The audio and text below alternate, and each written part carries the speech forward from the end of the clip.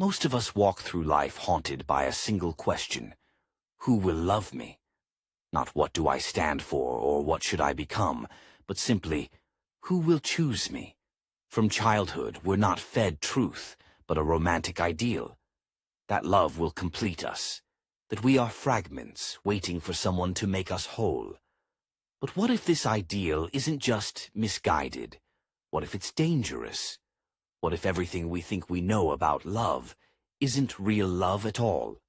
Not long ago, a man named Arthur Schopenhauer described love as nature's trick, a manipulation of the mind, a hallucination of desire, engineered not for happiness but for reproduction.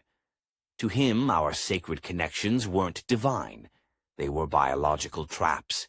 And then came Nietzsche. He didn't just question love, he questioned why we need it.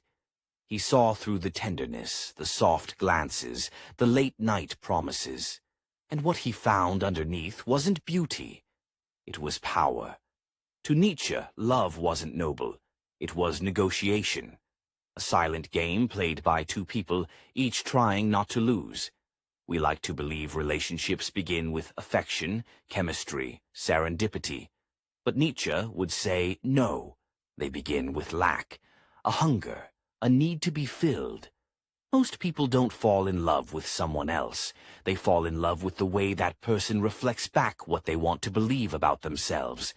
Validation disguised as intimacy. Approval dressed up as romance.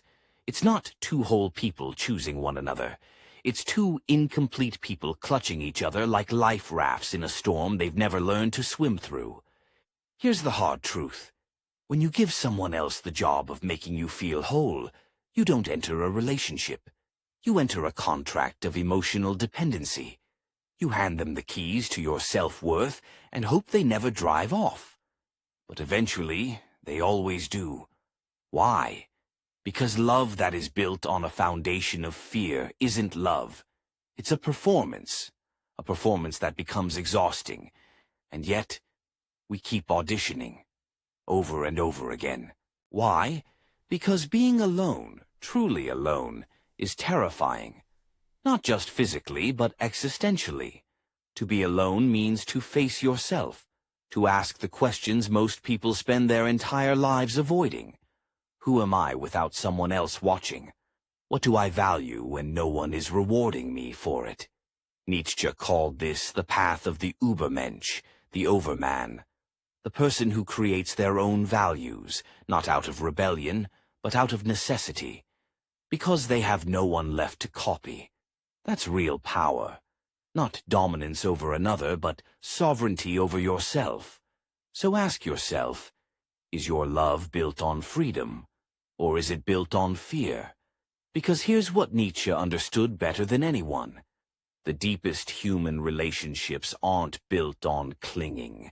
They're built on letting go, on standing beside someone, not leaning on them, on choosing to stay, not needing to. The moment you require someone for your sense of identity, you've already lost yourself. And here's the paradox. Only when you no longer need love can you finally give it. Because only then are you offering something real. Not a plea, not a transaction, but a gift. We chase romantic love like it's salvation. But the truth is, the only real salvation comes from knowing who you are without it. And once you know that, truly know it, you become dangerous. You become free. You begin to love without the worry, without the uncertainty, as you begin to take agency for your decisions in love. Why is this so important? Because then, you can love without fear. You can connect without clinging. And you can walk away without losing yourself. So maybe the real question should never be, who will love me?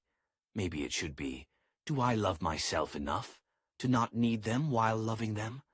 This represents the end of fake love between men and women, and the beginning of something much, much deeper. Not a fairy tale, not a fantasy, but something very real. And real love, as Nietzsche might say, is not for the faint of heart.